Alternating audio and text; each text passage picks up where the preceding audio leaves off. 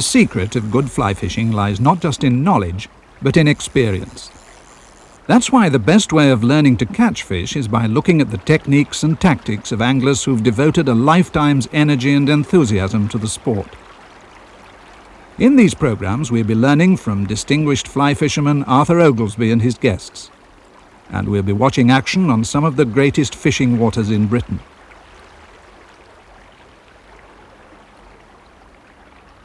Arthur will be fishing for trout with a team of wet flies on the River Nid.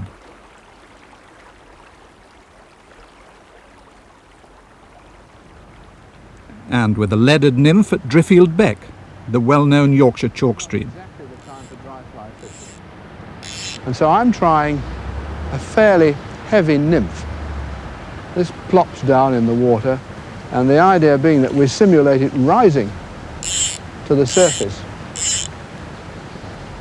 And one's got to be very observant. First of all, you've got to know where the fish are.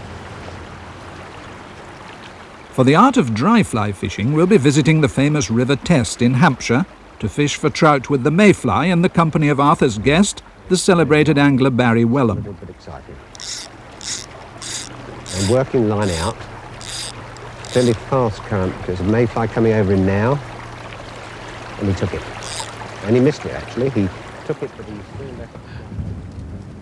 That's what we want to do. There's been a boom in still water fishing in the last 20 years, and we're going to look at some of the methods used by another of Arthur's guests, Bob Church, the well-known still water specialist.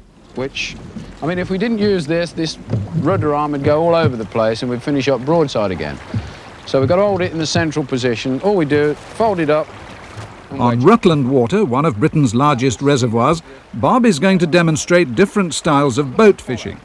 Look at this one following me. Look, look, look, look. And that's just followed and left it. Look, it's turned away. It's still there. It's got it.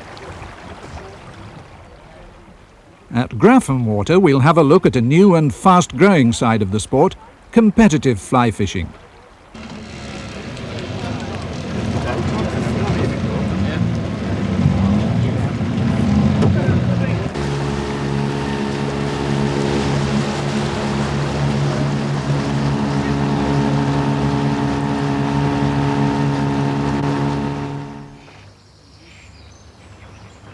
Oh, this is a bit bigger. That's a little. This is a bigger one.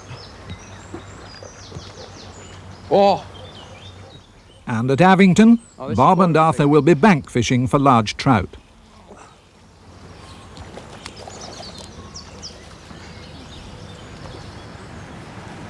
On the River Eamont in Cumbria, Reg Regini will be trotting for grayling with a gilt-tailed worm. So that when you open the reel, the bait just drips off it very slowly. For a look at spring salmon fishing, we'll be going to the Spey in Scotland, where Arthur will be demonstrating spinning and casting techniques. His guest on the Spey will be the veteran angler and broadcaster Hugh Falkus.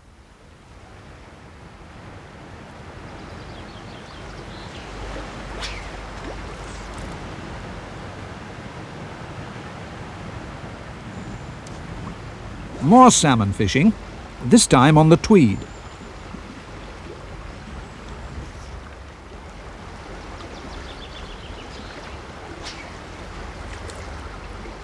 We'll be seeing two methods of boat fishing and watching Arthur catch salmon with a sinking line.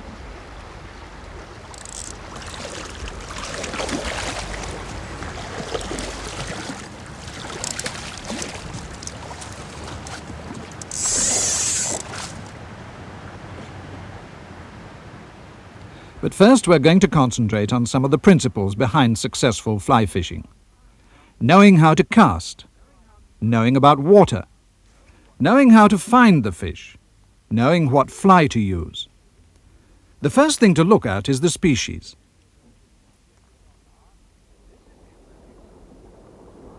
This is the Atlantic salmon, large and silver with bluish spots and a dark forked tail.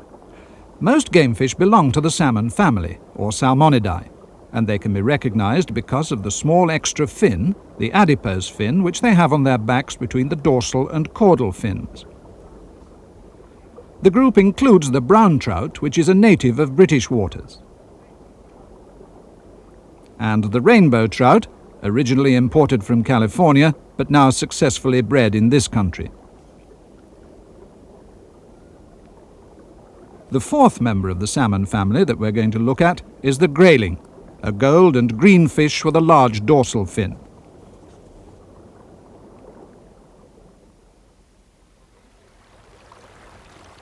For game fish to thrive, they need water which is clean, clear and fertile. As we shall see, these waters are produced directly or indirectly by rain, which falls into the highland streams and rivers and replenishes the soil. Here it's soaked up by trees and shrubs, which exude the moisture back into the air through their leaves in a process called transpiration.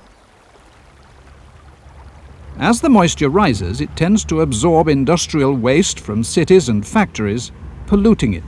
This vapor, together with the moisture which the sun has caused to evaporate from the seas and inland waters, goes to form clouds, which the wind blows up to high ground. Here they dissolve into rain, starting up the cycle, which is called the hydrological cycle, once again. The streams formed by rainwater are of two basic types, rain-fed rivers and chalk streams. Their waters are very different in quality, which affects the size and the behavior of the fish living in them.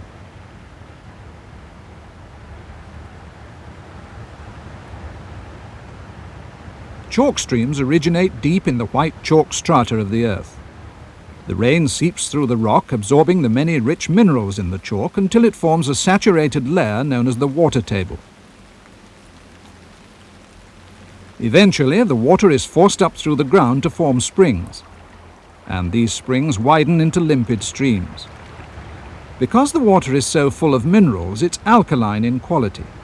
This makes it fertile with plenty of plants to support the small creatures on which fish live. This is what makes chalk stream trout plump and muscular.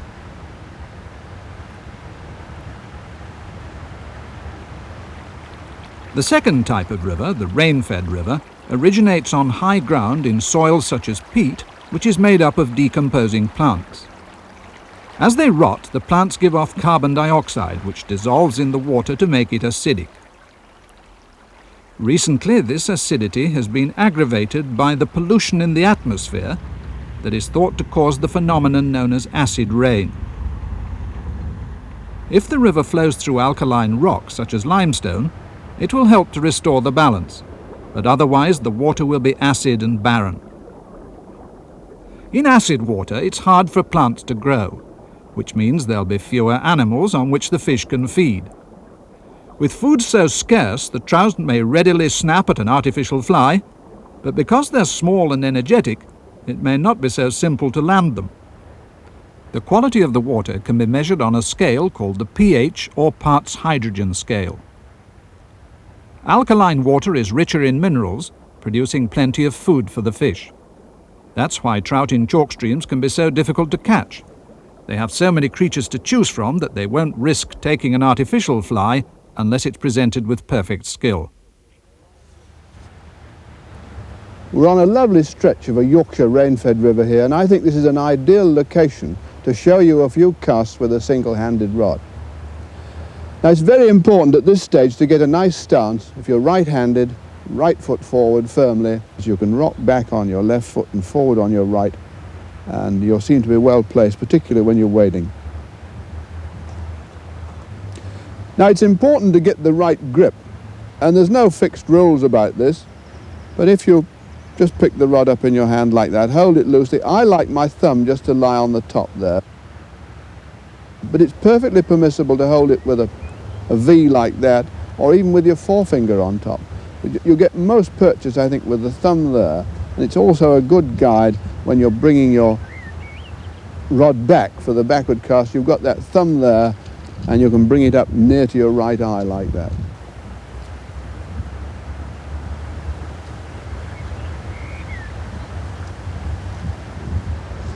Some people think that you should cast with a stiff wrist.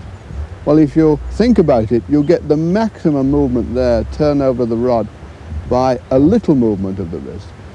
It's very important only to use a little, because if you use too much, there's a tendency that you'd start doing this. Or if you develop a stiff wrist, you do that. If you can combine the two and get this nice flick of the wrist there, just like that, and put your hand on the rod and just go flick, flick, flick, flick, tick, tock. Just let the butt drift away slightly as you make that cast there. Avoid the tendency to go too far back, which some people do, and then they put the fly up in the air and the wind just blows it straight back in your face. Ideally, you should just come up into the air and down onto the water. And if you have a problem, bring this thumb just up to the right eye there, so that the rod goes just past the vertical. And if you think that is a real problem for you, then bring the thumb up to your nose. Flick, flick. And the rod will then bang you on the head just at the appropriate time when it should be going forward again. This line going straight up and down. Flick, flick.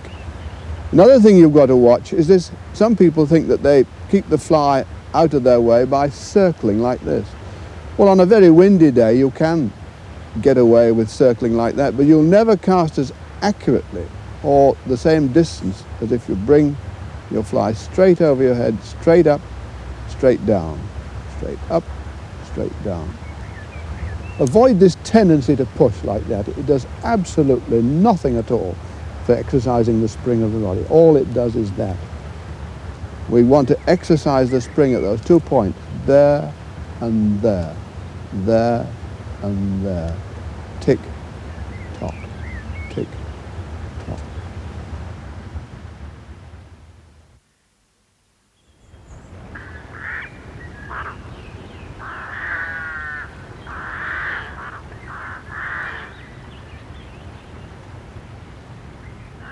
The next thing to look at is how to find the fish.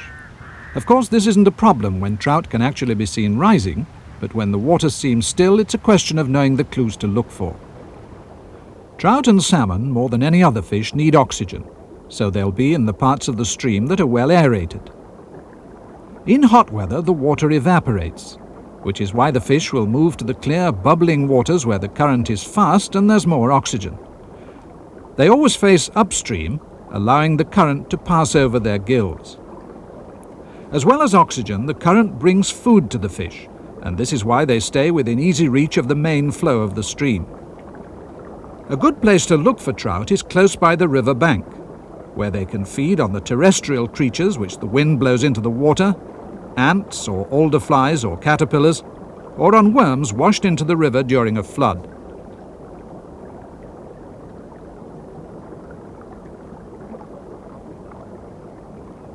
Another clue to remember is that fish don't want to waste valuable energy battling against the current at its strongest.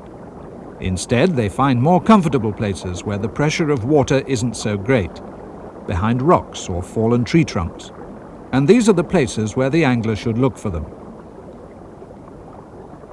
Besides comfort, the fish need sanctuary from predators like otters and herons. So the angler will find them in sheltered spots, dense patches of weed or shady parts of the river. They leave these spots in search of food, but if they're alarmed, they swim hastily back to their bolt holes. The final clue to bear in mind is that fish prefer moderate temperatures and will be most likely to feed when the water is neither too hot nor too cold. This means they'll be at different levels in the water according to the temperature, and it's important for the angler to bear this in mind.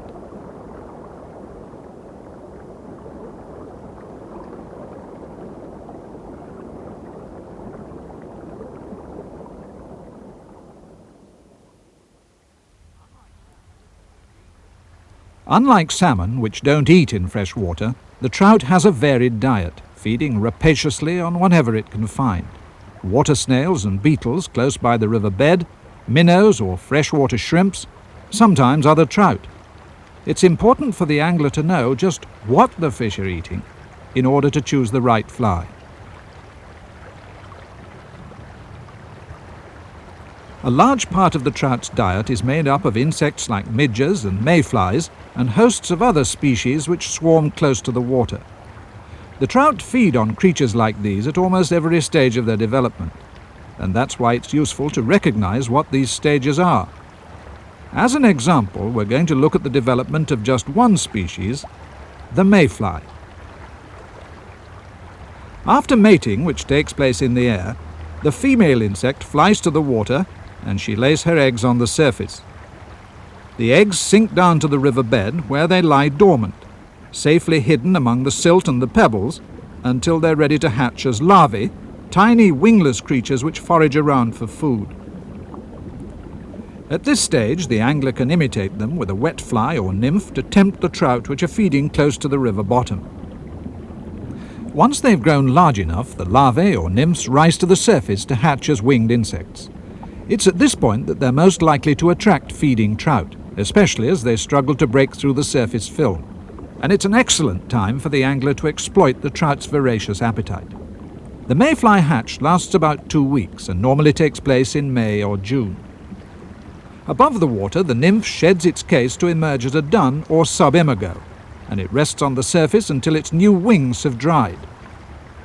As soon as it's able to fly, it escapes from the water and completes its metamorphosis, becoming a spinner or imago. The male mayflies swarm together in the dance, which is their courtship display, and mate with the females that hover around the swarm.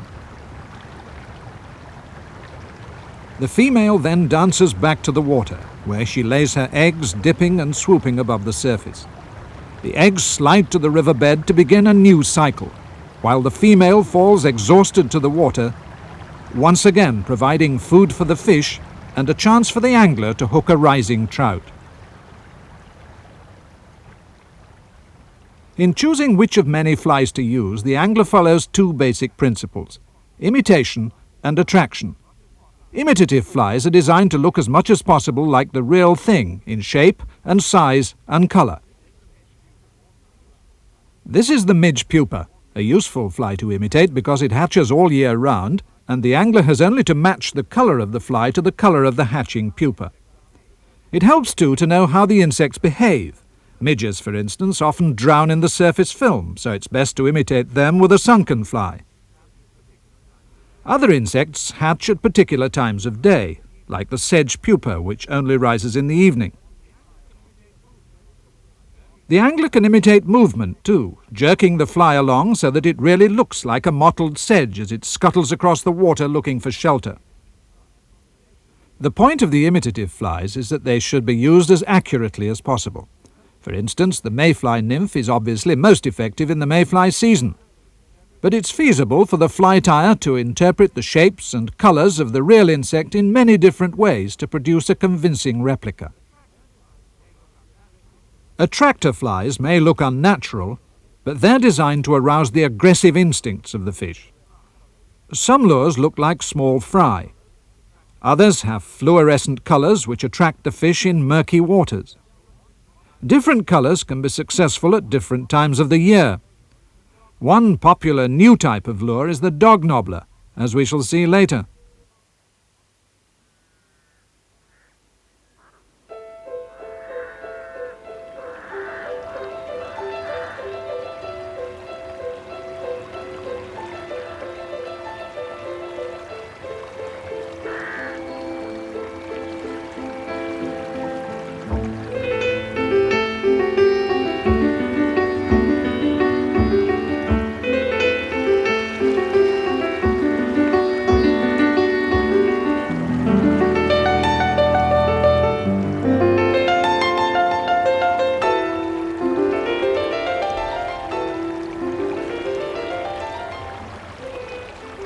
Springtime, and on the banks of the River Nid in Yorkshire the trees are still bare.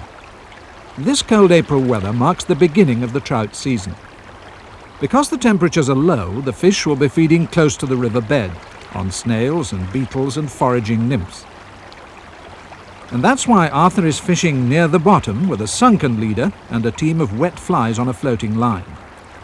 The fish are too deep in the water for the angler to see where they are, and that's why it's important to comb the water thoroughly. In a place like this, where the bed is too rocky for wading and the bank is covered by trees, the best way of fishing the pool is by casting to the far bank and extending the line a little at a time with each cast. This way the area can be covered without moving from the spot. As the line swings round, it's pulled askew by the current, which flows at different speeds in different places. And so it's important to mend the line continually by flicking it upstream. In this way, the angler can keep the flies fishing smoothly, extending the line all the while, without creating unnatural drag on the team of flies. It's amazing you can work out a fantastic length of line by doing this technique. This is a very successful way of fishing a stretch of water that's heavily treed and where we can't wade it properly. Confined space like this really demands that you use a modified form of roll cast. It's a very useful cast, as we shall learn in salmon fishing. It enables us to cast out under trees and get a long line out there. Just twitch the line upstream like that, and back again, and roll it out. Right to the other side of the river, and then get this mend in like that as soon as you can. It doesn't matter about disturbing the water at that stage. The flies are yet to come down to the area where we hope the fish is going to take them. Any time now we could hope for the pull of a fish. Sometimes if the flies seem to be getting into dead water, you can put the rod point down and then the current will begin to straighten the line out for you. There we go. Look at that.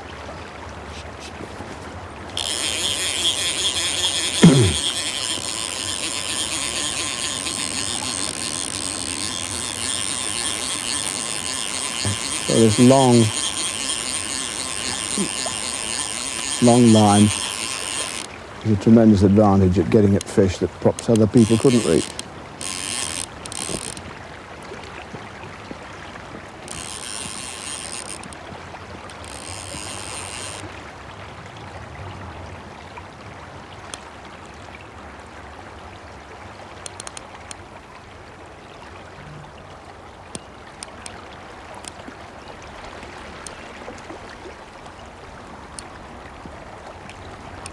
The flies that Arthur is using are the partridge and orange on the top dropper, the waterhen blower in the middle, and the snipe and purple on the point. This is a popular team of wet flies which is often used early in the season, especially on rain-fed rivers like the Nid. In cold weather like this, the fish will often take the tail fly, because they're too sluggish to rise far from the river bed.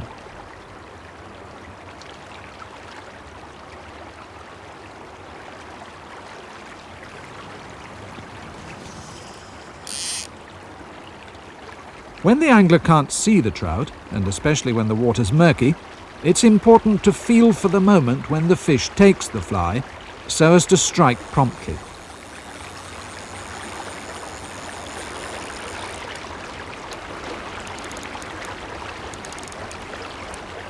In this situation, it's probably better to play the fish from the reel, so that the line doesn't get dirty or tangled in the bushes. In this way, he can keep control of the fish, letting it run and then reeling it in until it's too tired to struggle. Once the trout is played out, it turns onto its side and can be drawn smoothly to the waiting net.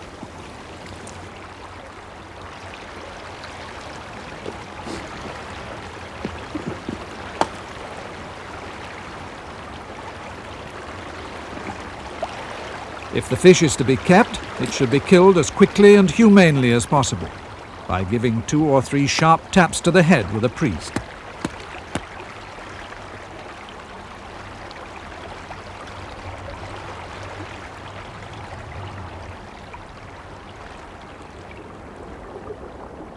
The fish we've just seen Arthur catch is a brown trout, a species which is found both in rivers and in still waters.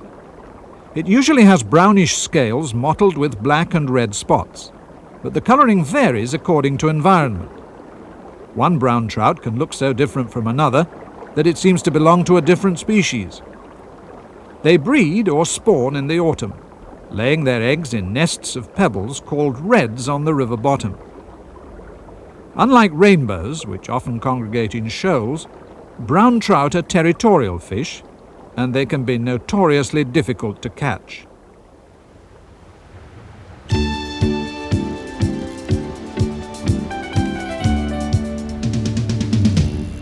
As the weather grows warmer, the trout start to feed on rising nymphs, and that's the time for the angler to try the techniques of nymph fishing. Here on Driffield Beck in Yorkshire, Arthur is using a floating line with a sunken leader and a leaded nymph to reach the level where the fish are feeding. As the nymphs begin to move from the riverbed, ready to rise up to the surface and hatch, they attract the attention of the trout, which swirl and bulge beneath the water in pursuit of the tiny creatures. It's this bulging which tells the angler that the fish are feeding on nymphs. Drawn by the movement of the insects, the trout forage around among the plants and stones trying to dislodge them. It's important that the angler should know pretty well where the fish are, which is why clear chalk streams like the Driffield or the Test are popular for nymphing. The cast is made slightly upstream of the target fish so that it moves with the current and sinks to the right level before it reaches the trout.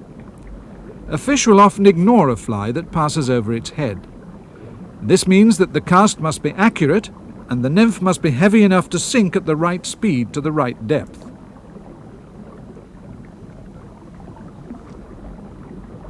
Once the current has carried the nymph to where the trout can see it, the angler lifts the rod point, making the artificial fly move upwards in front of the fish. This technique's known as the induced take, because it arouses the trout's predatory instincts, prompting it to snatch at the nymph while it has the chance. In clear waters, the angler may well see the fish do this, or recognize the take by a sudden flash in the water, and it's important to react swiftly before the trout spits out the nymph. One of the great innovators of nymph fishing was Skewes. He spent a lot of his time on the South Country chalk streams, and he got pretty cheesed off when fish movement that he saw had nothing to do with them coming near the surface to take, but it was merely them bulging as they grabbed the nymphs off the bed of the river. Ideally, one should be able to see the fish that you're about to catch, but in certain situations of high sun and without Polaroid spectacles, it's not always easy. But as long as you know where the fish are, you can try this technique of what I call the induced take, an expression coined by the late Oliver Kite. The idea being to cast the nymph into the vicinity of where you've seen the fish and let it sink quite a bit, and then just as it's coming into the clear vision range of the fish, you start to move it and to lift it. And then you have to watch very carefully for those little telltale flash or movement which indicate that the fish has taken your nymph. It's sometimes a great problem, particularly when there's a lot of scum on the water, to get the nymph to sink far enough down. Sometimes the leader merely floats. And that is the time to use a little bit of detergent of some sort. I use a mixture of Fuller's Earth powder and glycerine or detergent and rub that on the leader, and that makes it sink much more quickly. If you can't see the fish or the fly, then the thing to concentrate on is the end of the line. And this is where a white line helps tremendously. You can see it, and you watch the end of that line for the slightest movement. And the slightest movement could mean that a fish has taken your lure and is waiting to be hooked.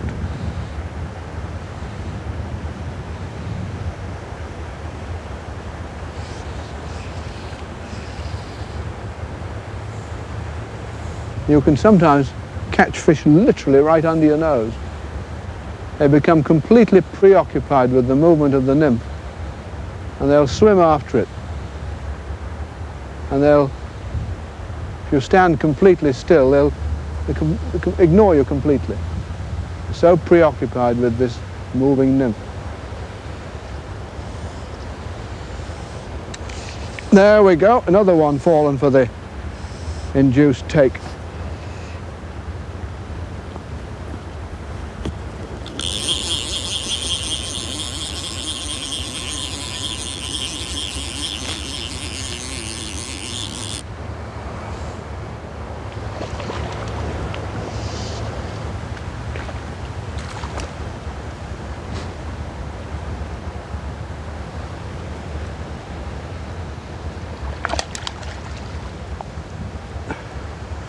Another nice little trout, about the same size as the last, about a pound in weight. Probably a little more. And we'll pop him back to get a little bit wiser and perhaps grow a little bit bigger.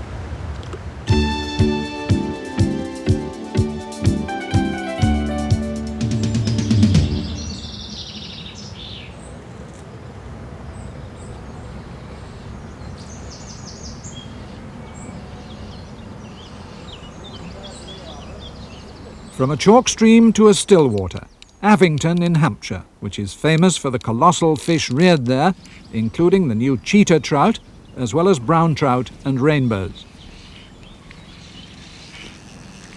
The fish are still feeding beneath the surface, and so Arthur's nymphing again, this time in the company of Bob Church, the well-known still water specialist. Yes. Yes, I prefer the lighter lines. Some people are against them, but it certainly helps with nymph fishing and takes. You see the take long before you feel it at the hand. The standard sort of approach is a 9.5, 10-foot rod, fairly powerful rod, about a weight forward 8, floating fly line. 3-metre leader, usually straight through nylon, 6, 7, 8 pounds. Yes. Then your weighted nymph, and you have to be careful because some people overload the nymph and it's just too heavy to cast. Obviously, a weighted nymph doesn't make for very good casting, but a means to an end. The flies Bob's fishing with have weighted heads, which makes them difficult to cast, but enables them to rise and fall in the water like living creatures. These new bright lures, or dog nobblers, are particularly effective on small reservoirs like Avington. These particular flies have this bushy tail that gives the action. They look nothing at all when they're dry, but in the water the membrane's very, very soft and they pulsate. Good strong knot. Most important, test it well. Just wet the tail so it will help with sinking. And away we go.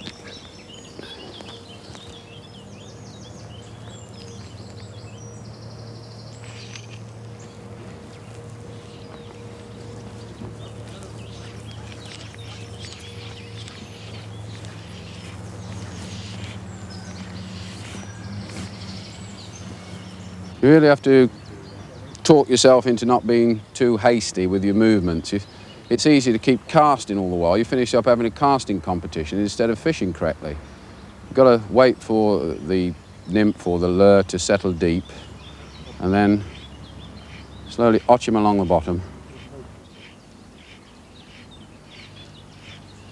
On a day like today when there's algae popping up, you have to be careful that you don't sort of rest the nylon on top of a large clump of algae, otherwise, once again, you'll be fishing too high in the water.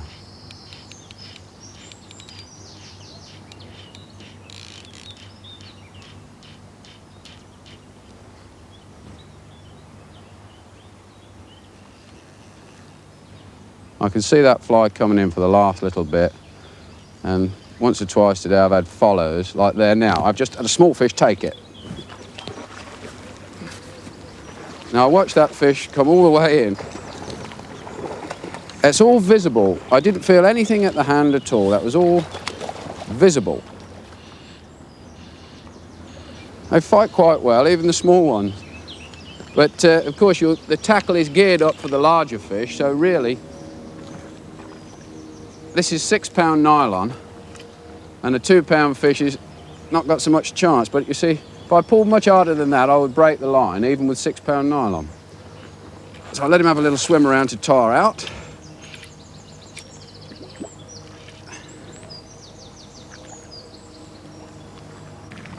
A very lively fish. And he's hooked right in the top jaw, good and solid.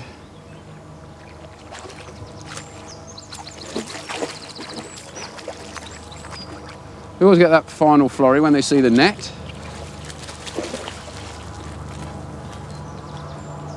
And there it is. You see, it's right through the bone there, and he would never have got off. Never have got off. Yes! Ah!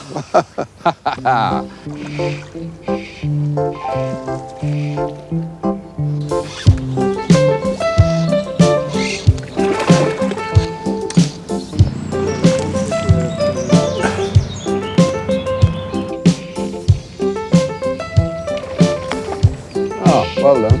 It's not very big.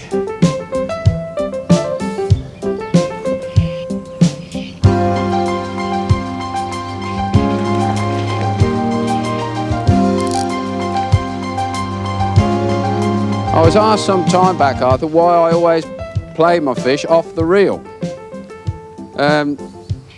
Not so much in this case because he's not so big, but I've found I can keep up with the fish better, and I can still allow him to take line if I want, and bring him back.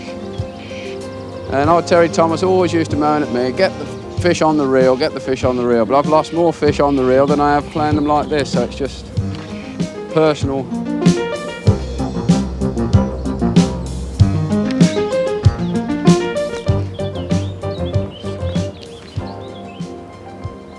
Excellent condition, perfect tail. You've heard a lot about these dog nobblers. Would you like to try one, Arthur? Surely. So they're weighted at the head. Pop that back. And they come in various colours. We've got orange and yellow, and as you can see by the ones in the hat. Yeah.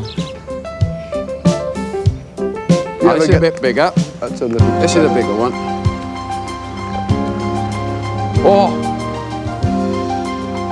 Oh, this is quite a bit bigger.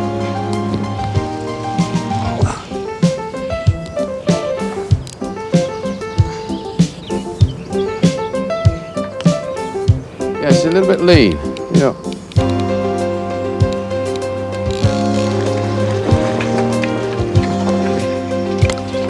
Now look at that go. Yeah. I thought he was beaten. Which one did you put on in the end? The orange? The orange one.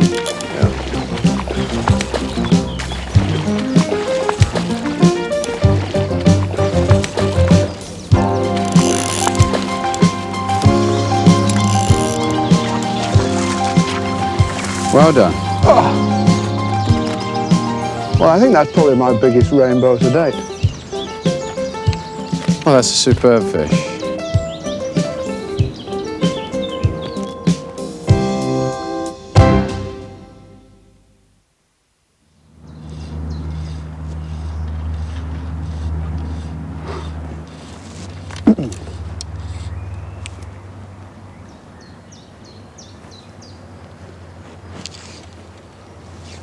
I've packed up with the floating line. Bob, what on earth are you doing?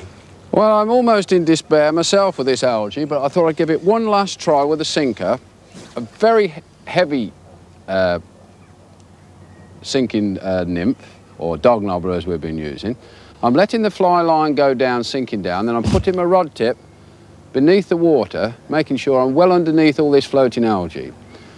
But I do think that there's a lot of food in this floating algae. Yeah. It's coming up from the bottom with all the little all the larvae in, raining back down again. And I think if there's any trout feeding, they'll be feeding on these minute little nymphs.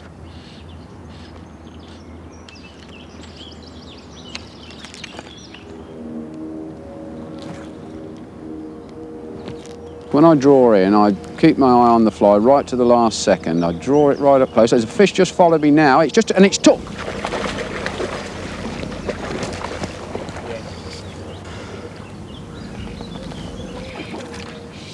And I put the most gorgeous coloured fly I've got in my box on, just to see if it would stand out. There you are, boss. Thank you very much. Looks a lively little fish. Yes, he's about 2 or 3 pounds? Yeah, he's dashed about a bit.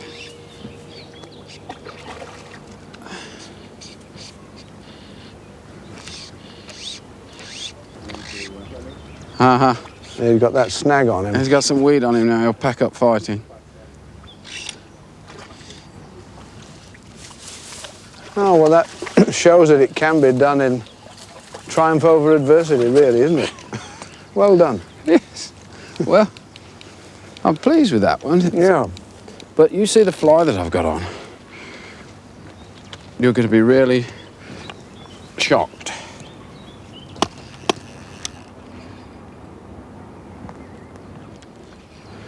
Yes, you see, it's a shocking pink dog knobbler, which I put it on simply because I thought the visibility was going down with all this algae. What's he been feeding on? Can you see? I can soon find out.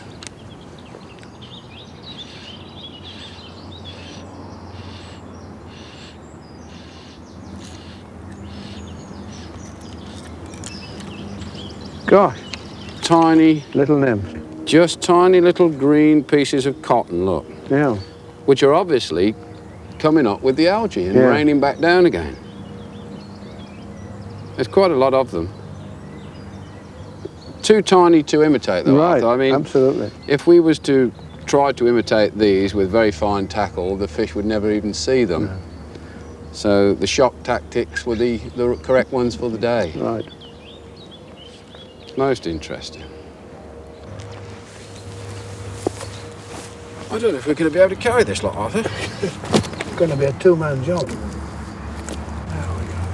Well, that was a great day. That was absolutely superb. You'll have to come south more often. These wranglers seem to like you.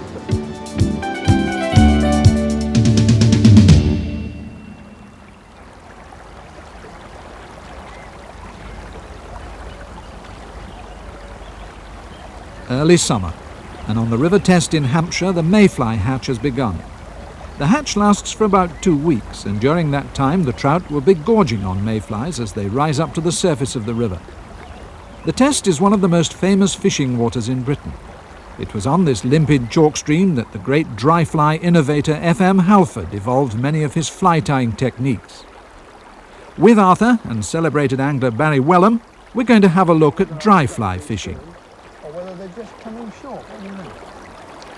Being a chalk stream, Barry, does it rise and fall very much? No, that's one of the great things about a chalk stream. Local rain doesn't affect it much. Not so much, although more probably than it used to because we've got more roads down the valley. And what's the principal weed content? Ranunculus mostly, I suppose. Also known as water buttercup, isn't it? Yes. Yeah. Ranunculus fluitans. You know the Latin names. Well, if you were on a rain-fed river where the hatches of fly were less, one would fish the water because the fish would have to be looking out all the time because otherwise they'd starve to death. But on a river like this where the hatches of fly at some time, hopefully every day, will be prolific, the great thrill is to be fishing for a fish that you know, a particular fish in a particular place, not just fishing the water. Right. So though you could go down and fish some of those likely holes, and there'll be a fish laying there looking for a mayfly, and you'd possibly catch him, that's not quite the way. It's not quite the done thing, is it? No, No, not no. the etiquette of chalk stream fishing. No. So we've got to wait until we see a fish rise, and then we've got to try to identify what he's taking. In this case, we think of a bit of mayfly. Then we'll put on the artificial to represent that natural insect, and then we'll fish for that particular fish with that particular Right. fly, and that's the great thrill. Right. There's a fish rising close into the bank just up here. He's risen once or twice. I don't think he's a particularly big fish for the test.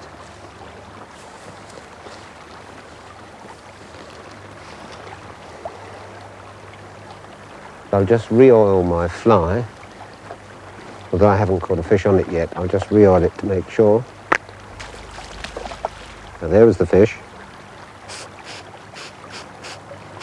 That's a silicon type of spray, which is fairly volatile and evaporates. It's quite a small fish, but he's very splashy, not rising very nicely, but doesn't look like he's been on mayfly very long and just a little bit excited. I'm working line out, fairly fast current, but there's a mayfly coming over him now, and he took it. And he missed it, actually. He took it, but he still left the fly floating on.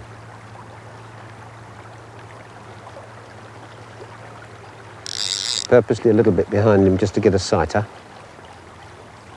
Quite a short cast because he's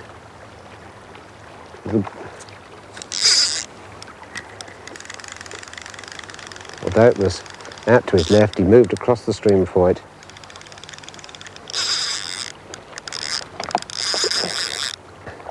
It's a brown trout. Saw his yellow side.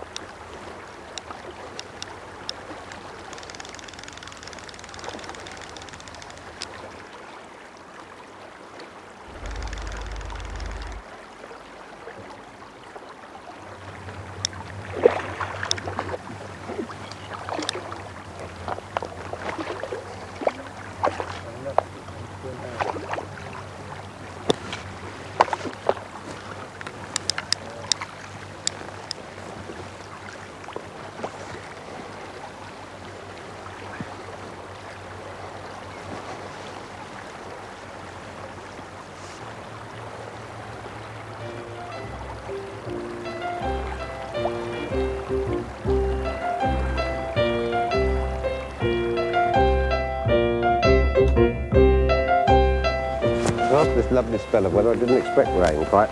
No, Although the glass has settled back a little bit this morning. I did. Yes. That looks an interesting boxful, Barry. I'd love to try one of yours. You've got a lovely selection there.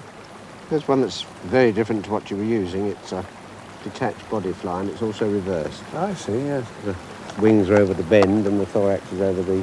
Yes, give that a whirl. You've got a cork body and a nice upturned abdomen.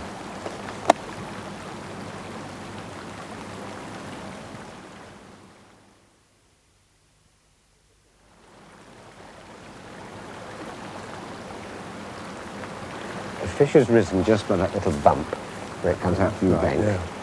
It's not a particularly big fish, but he's risen twice. He should be within easy casting distance anyway. There's a natural coming down to him now, look. I see, yes. The second one. There Yes, you he go. took it. I took that one, yeah. I've got him marked now. Yes, he's off where those twigs are. Yeah, that's right. Just upstream of that. From here, do you think? I would have thought from about here. He's higher up. Yes, another 4 feet on that, isn't Yeah. it?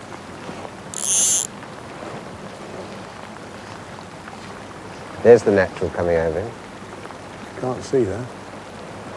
There it is, look there. Yeah. Yeah, he let that go too. Yeah, it's strange, yeah. Strange. I don't think you want to go any nearer. Yeah, he's a bit upstream. Yeah, he's a there. bit upstream. The fly just kicked back, didn't it? Yeah. It's the only thing wrong with mayfly is that they don't always turn over. I think he's even fractionally higher than Yes, I that. think he is. Well, I'm not fishing all that badly, am I? I don't think you're fishing back. I think you're fishing very nice.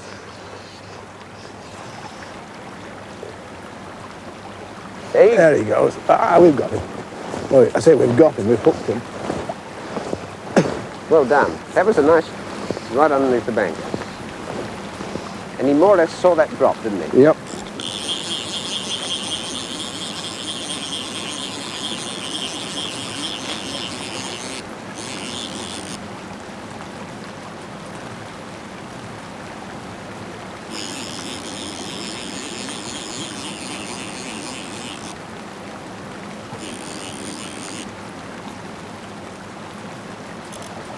He's a brownie. Yeah.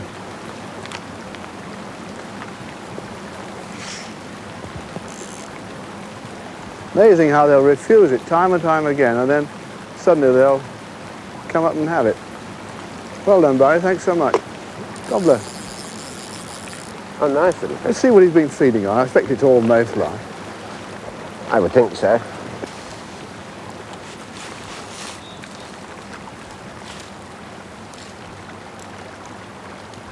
Gosh, he has been gorging himself. Look at hasn't that. he? Yeah, Look at the stuff. yeah.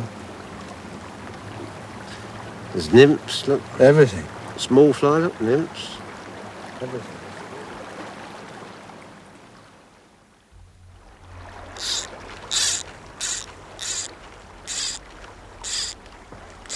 As we've seen, accuracy and delicacy of casting, together with the ability to determine the appropriate fly, are the essential skills of the dry fly fisherman. And it's perhaps the challenge of learning these skills which makes fly fishing the compelling sport that it is.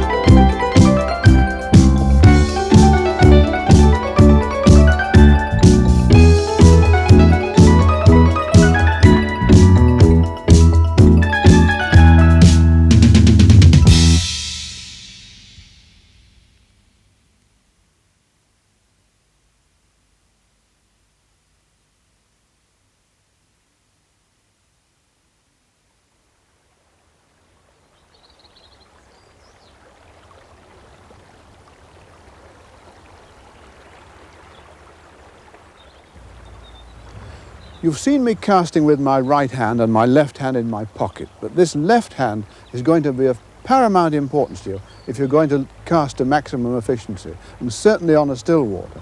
But here, in a situation where we've got a nice bit of fast current coming down towards me, and I'm going to hopefully look for a rising trout, it's essential to be able to use this left hand to pull line off here and start flicking. And as you pull, you cast it, shoot it through the ring. Pull more, shoot, pull, shoot, pull, shoot, until you've got what you think is just the right amount of line to cover your fish.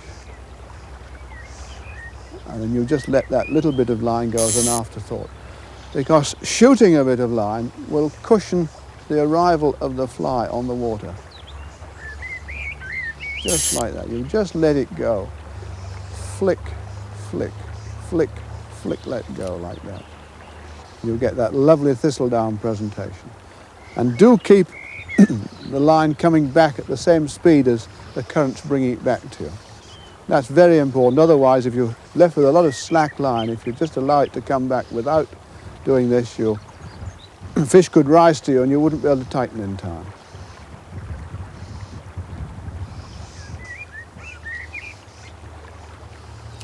Not easy to get this timing to start with. Flick, flick, and of course the longer your casts become, the slower the pause is between casts. Keep in touch with the fly by hand lining it back, and just cover your fish nicely like that.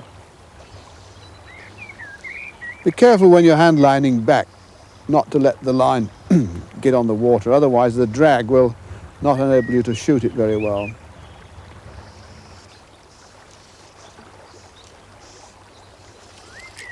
Another useful way of retrieving is with a figure of 8.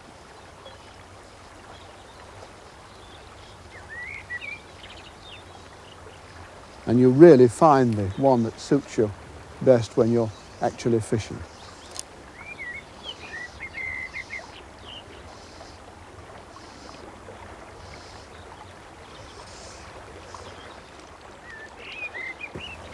There are situations when we can't do the overhead cast. We have to modify it because of a high bank such as this.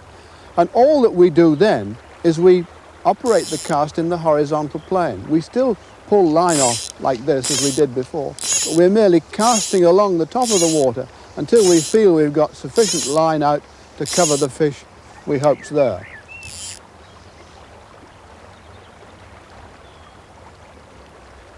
You still pull back the line in the same way at the end of the cast, but you just keep it moving beautifully like that in the horizontal plane.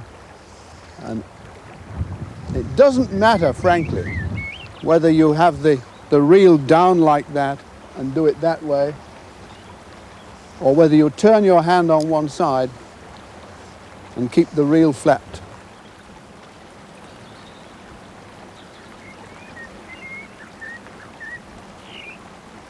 Now, I prefer it this way because I can definitely feel that I'm cocking that line, cocking the spring at two definite places. It doesn't matter which plane you cast in, do that for tactical reasons. But if you're going to cast in a different plane, make sure that the back cast and the forward cast are both in the same plane. That way, that way. Don't change them round. Don't come back that way and then down that way, otherwise you'll get an awful cast.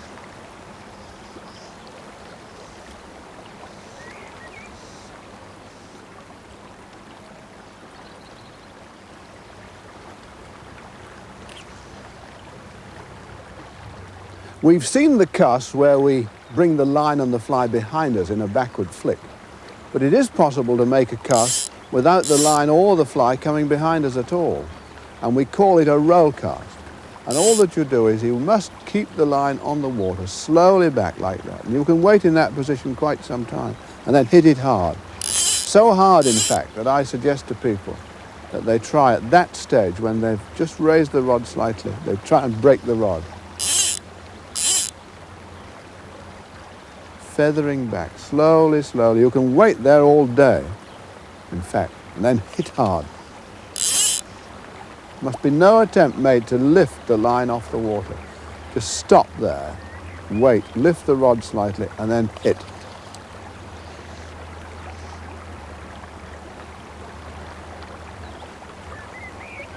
Raise the rod.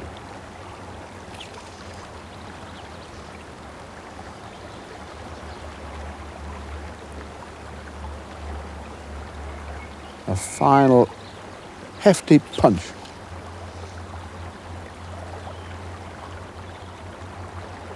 Now the great snag with this cast is that it's fine for going in the direction in which the line's lying, fine for getting your fly under trees or other obstructions, but when we want to change direction, we do have a problem. If I want to make the fly come in near the bank, that's what happens. It all catches up.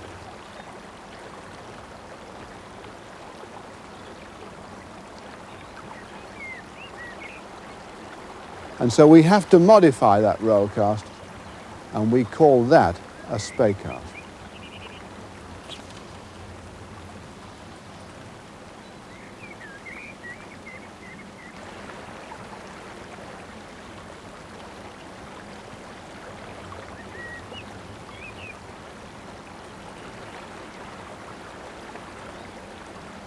That's another cast we can do in a tight situation like this from the right bank. It's called the double spey cast.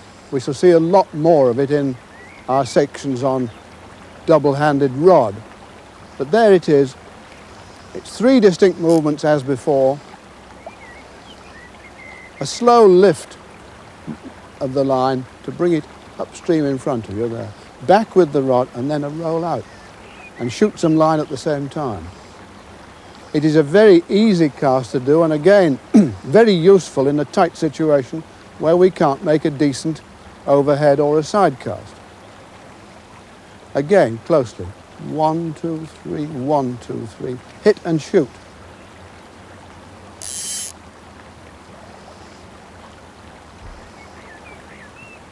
Slowly up in front of us. Back. Out. At no time does the fly come behind us. At no time is the fly in danger of hitting a branch or a stone and our hook getting damaged or lost. We're keeping it in front of us all the time. And in a wet fly situation, it is a cast I use more and more, both for salmon fishing and trout fishing.